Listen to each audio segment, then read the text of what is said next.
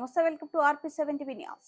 మంచిర్యాల జిల్లా కోటపల్లి మండలంలోని రాచారం గ్రామం 500కు పైగా గడపలున్న గ్రామం. వ్యవసాయమే ఆధారంగా ఇక్కడ ప్రజలు జీవనం సాగిస్తున్నారు.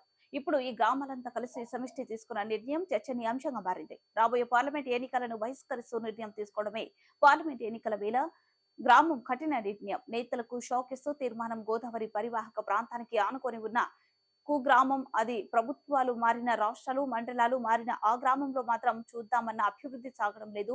కనీస మౌలిక వసతులు కూడా లేక నానా ఇబ్బందులు ఎదుర్కొంటున్నారు.